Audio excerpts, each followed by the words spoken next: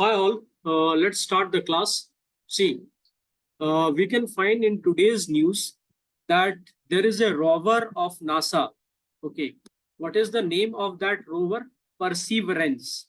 Okay, which is facing a new challenge that it has to ascend on the rim of J0 crater. Okay, what is J0 crater? So here you will see it is J0 crater on Mars. Crater looks like this. Okay, it is not exactly, but I have taken the crater which is available on Mars similar to that photograph. Okay, so J0. So J0 crater. Okay, here at its rims. Okay, crater ऐसे है, ठीक है? On its rim. Okay, so the Perseverance rover has to travel on its rim and collect what? Rocks. And these rocks will be used for study to know how the rocky planet such as Mars and Earth were created. Okay, till now this rover has collected already 22 stones. Okay, so these will collect sample rocks to provide key insight into Mars' ancient climate and potential life.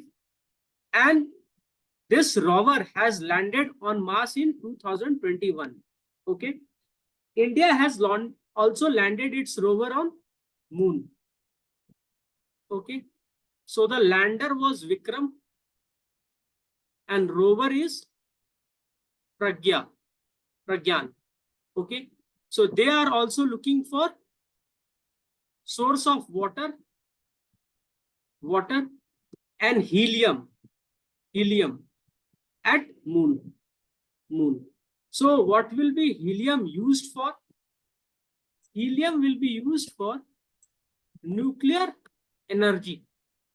Okay, energy. Why it is so important? Okay, it is the non-radioactive source of nuclear energy. So nuclear energy is clean and green energy. You have to remember it. Nuclear energy is clean and clean energy. Okay, it is non-renewable energy. Okay, so when we are talking about Perseverance rover at Mars, we are talking about Perseverance rover at Mars. So simultaneously, we should also remember our rover, which is of ISRO, okay, on Moon. Okay, so this way we are able to correlate the current affairs. With that of static portion.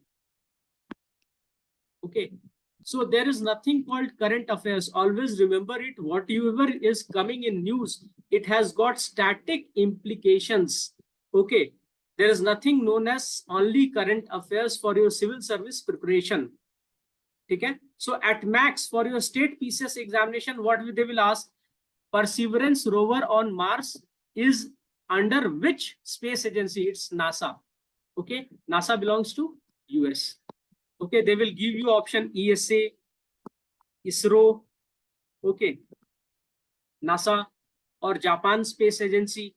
Okay, so the answer is NASA.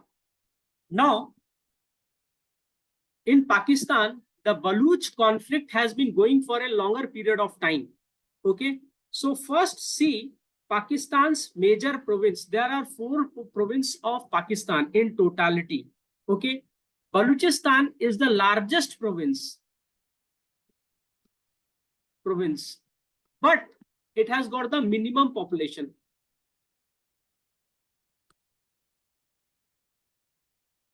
So the population is highest in Punjab province. And they dominate the politics of Pakistan. Baluchistan is rich in mineral resource,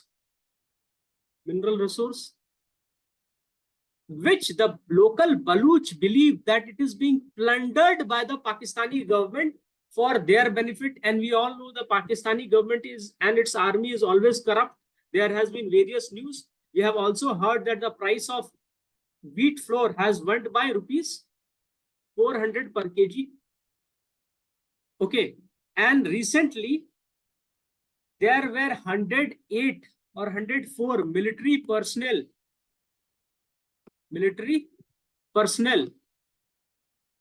killed by the Baluch Liberation Army in one day.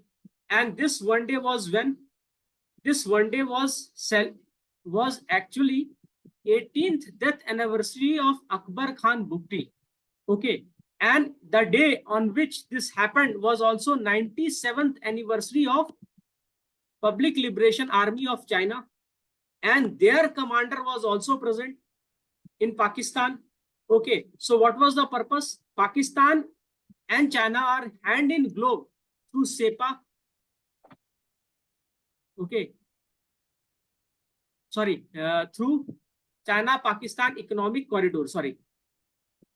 Through China-Pakistan Economic Corridor, CPEC. Okay. And Baluchistan local population and the Baluch Liberation Army is opposing that because they believe that the Pakistani government along with the Chinese government is plundering the wealth of Baluchistan, which is for the Baluch people. Okay, and there is no human resource development work happening, social development happening in Baluchistan. So they feel alienated for a very longer period of time. Okay, so while we are studying about what is happening in Baluchistan, I would like to make you understand the few of the physical geographical features of Pakistan and collaborate it with the historical part of India, histories of India as well. Okay, so here you will see Khyber Pass. Okay, next to Khyber Pass, you will also find in Quetta. You can see here, somewhere here.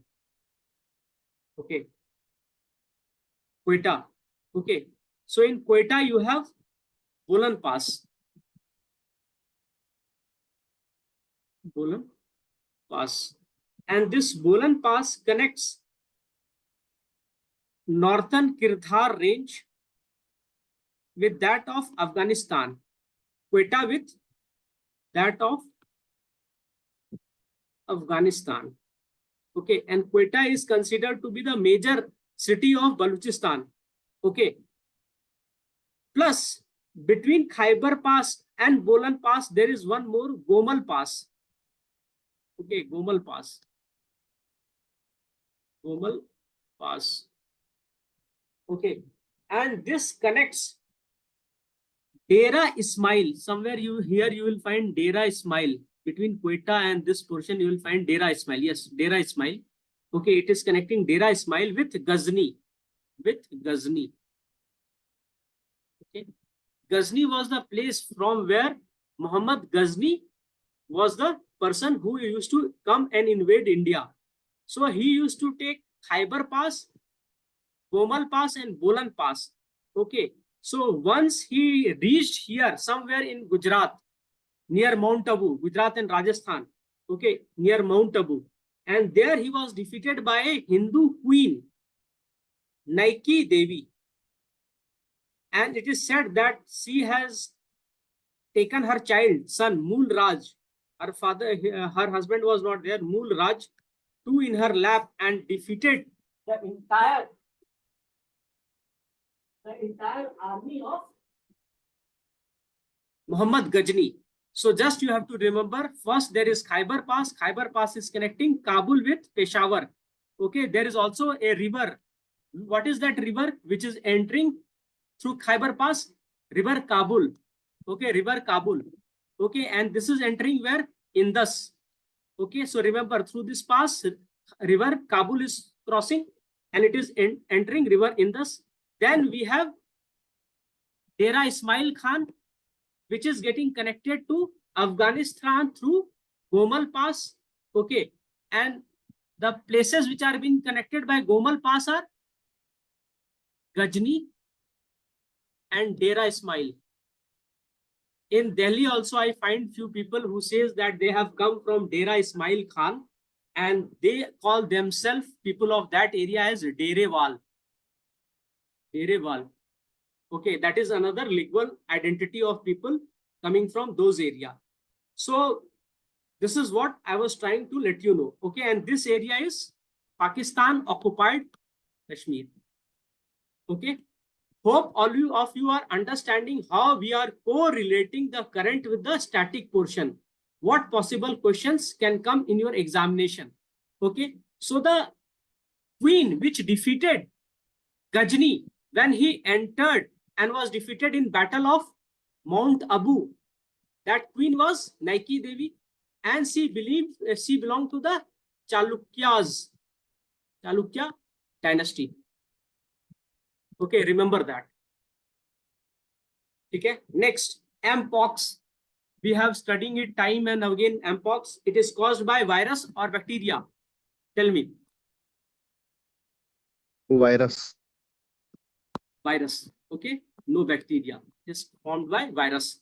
Okay, so World Health Organization, after this corona pandemic, has become very active, and they have declared this Mpox or monkeypox, which was formerly called as, its outbreak as public health emergency of international concern. Okay, its outbreak originated in Democratic Republic of Congo. Okay, so this or the African countries becomes very important from your UPSC point of view. In state PCS, they will ask you Mpox is caused by virus or bacteria.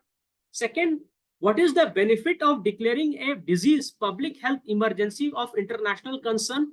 So it fosters international cooperation. Countries, international organization, non-government organization must collaborate to coordinate their response, share information, and provide mutual assistance. Okay, the declaration should trigger rapid mobilization of financial and technical resources, including emergency funding, deployment of trained healthcare workers, and provisions of medical supplies. Why this becomes important? Because there must be a vaccine for Mpox. It is known as MVABN vaccine, which is already in existence. Modified Vaccinia Ankara Bavarian Nordic. Okay, since it is Nordic, it must have been created by some Nordic nations. So this is homework to you. What are Nordic nations? Okay, so this is the vaccine which is available. And why it is important? Because India has already 3 or 4 major vaccine creating country in the world. Okay, what are they? Serum Institute in Pune, Bharat Biotech, which is credited for Covaxin. Okay, then we have Cadila. Okay, so these 3 are one of the top major pharmaceutical companies in the world which belongs to India, and one of the major export of India is pharmaceuticals. See, you have to remember that India is major exporter of pharmaceutical, producer of pharmaceutical, but our R&D in pharmaceutical is not that as that of Western country. Even Covishield was created by AstraZeneca and Oxford. Okay, it was produced by Serum Institute of India. Okay, so this can be a possible question in your mains examination regarding vaccine and public health awareness. So you should know this. You should also know about these 3 companies. You should also know it that Covishield was invented by AstraZeneca and Oxford, and it was mass manufactured by Serum Institute of India. Covaxin was solely created in India. Okay. So this can be a possible question for your examination. Now, laissez-faire approach in economy. I am just trying to build on your concept in economy over a period of time, so that there will be 10 to 15 questions in economy in your state PCS examination. but majority of them are related to government programs. Okay. Not conceptual. Okay. But you never know. They may come up with conceptual questions. So laissez-faire approach is what? See, the government give free hand to the market and they don't interfere. Why? Whatever is supplied, it is supplied because there is a demand. And if there is a demand, it will create its own supply. For example, if there is a demand for biryani, okay, in Kolkata, fish biryani, there was a demand. So fish biryani came into existence in Kolkata. You go to Hyderabad, people there are not interested in fish biryani. They are interested in mutton biryani, right? If you go to Gujarat, people there might be interested in vegetable biryani. So whatever is demanded, it creates its own supply. So laissez-faire approach in economy talks about that whatever is demanded, it will create its own supply. Okay, and whatever is supplied, if there is no demand of it over a period of time, it will shift. So the market can adjust itself. Okay, adjust itself. Okay. So over a period of time, it was also understood that this approach is not enough. Demand can also be created by the government. Demand can also be created by the government. Okay. Manrega.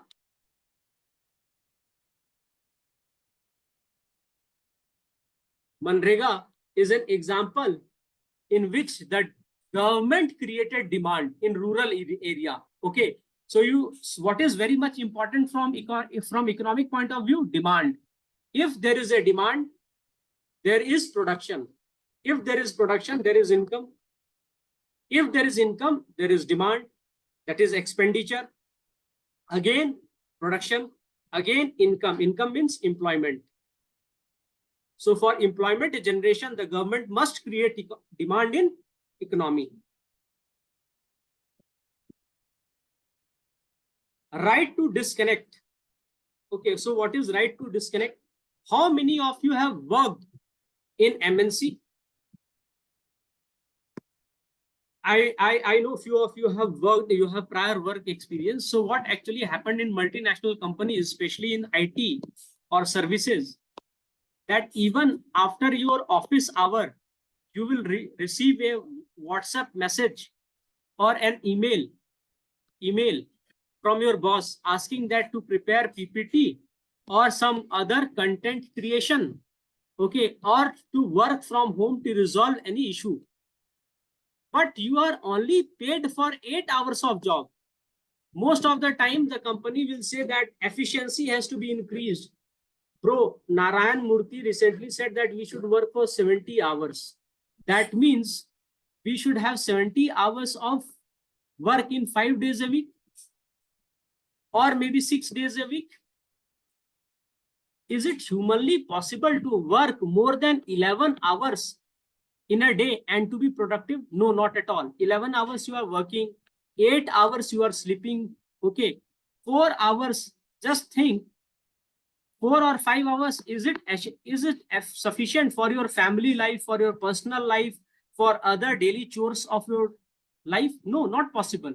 So in Australia, one of my friends, she was working over there and she told me that why you left IT sector. I said that I was not a person for IT sector. Even when I was well paid, I was working in research and development. She said, when I came to Australia, in India, that things are different. In Australia, no one calls you. It is considered a very bad manner when people from office calls you when you are on a holiday or you are from at home. Okay. So Australian government has come with a right to disconnect. That means people from the office may call, but you have a right not to receive the call or respond. That is your right. Okay. Though if it is very emergency, they have created a provision for that as well. So is Australia the only country which has come up with this idea? No, France has already come up. Okay. France has already come up with this idea of right to disconnect. Okay. So let's see what is the definition of right to disconnect.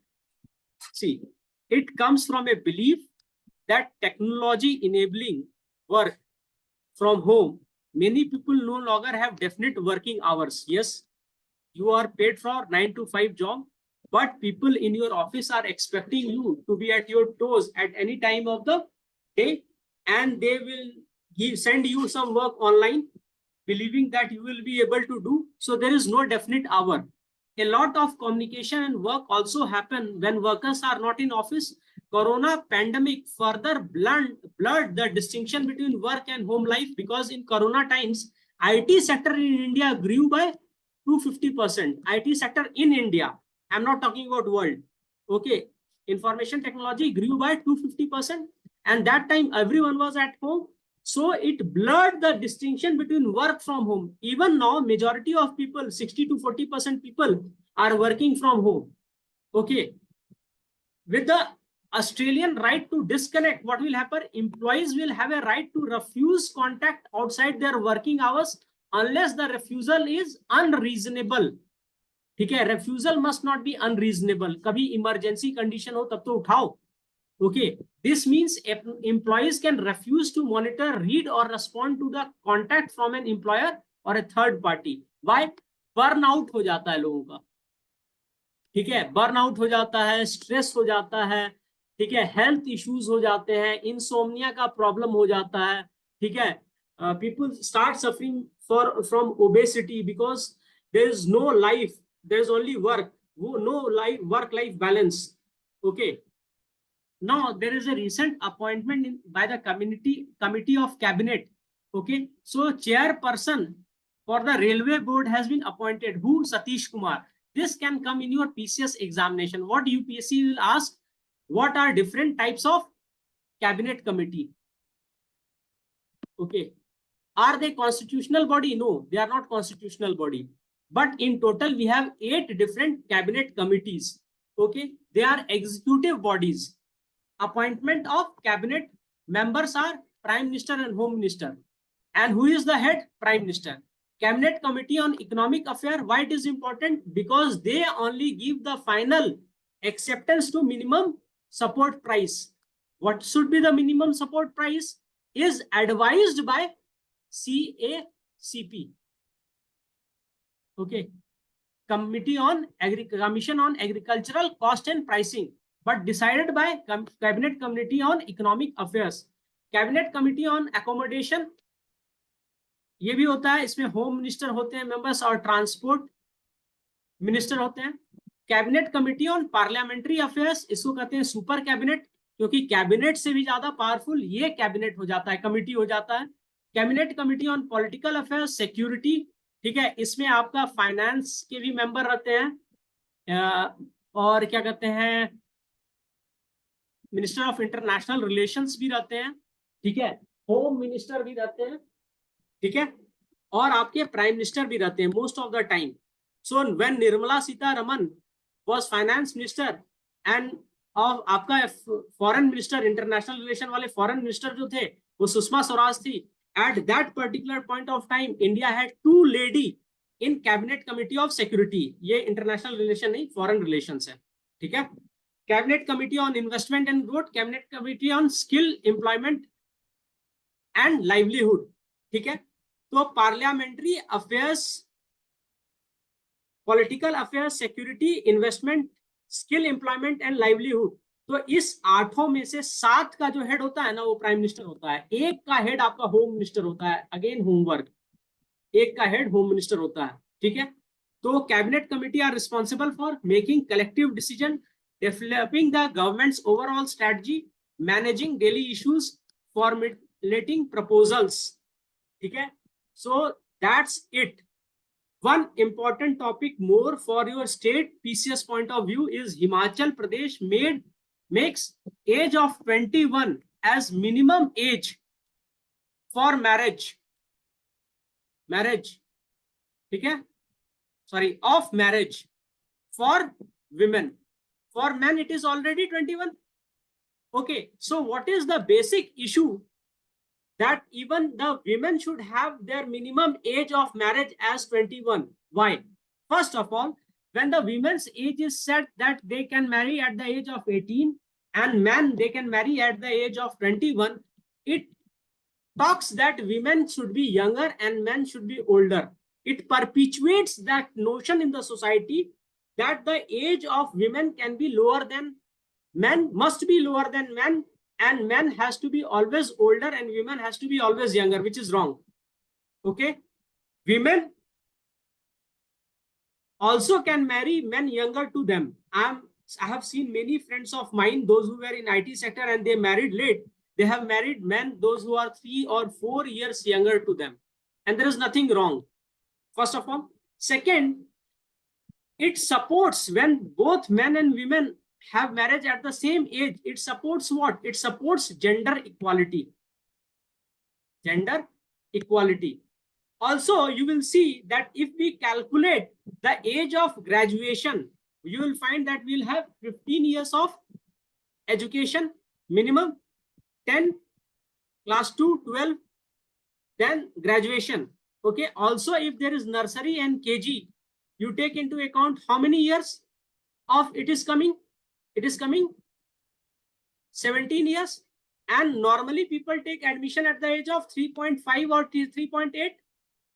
ठीक है, 4 के उसमें लेते हैं तो 21 year is needed for graduation.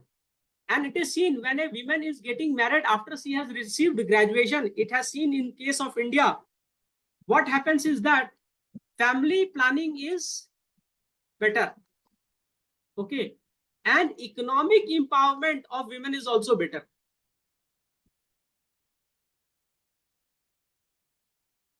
See, even the government of India is trying to bring a bill in which the minimum age of women should be 21 for marriage. This will also bring down illiteracy among women. It will also bring up economic empowerment among women. It will also bring down population growth. Okay, it is expected that we will be growing till 2050 to 60. India will grow. It is expected. Previously, it is expected, but now they are saying that we may go for stable population growth by 2035, mid 35. Why? We have already achieved 2.1% of fertility rate in certain states. Okay, this is the fertility rate which we are looking for to achieve stability and to bring down the population. In few states, it has also gone to. Okay.